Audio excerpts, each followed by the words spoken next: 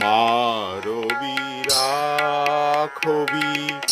जो इच्छा तुहारा नित्य दास प्रति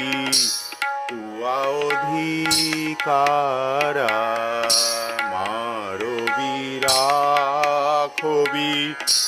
जो इच्छा तुहारा नित्य दास प्रति तुआ अधिकारा जन्माओ বিমোহে इच्छा যদি তোর ভক্ত গৃহে জনি জন্ম হও মোর মানস দেহ গেহ যো কিছু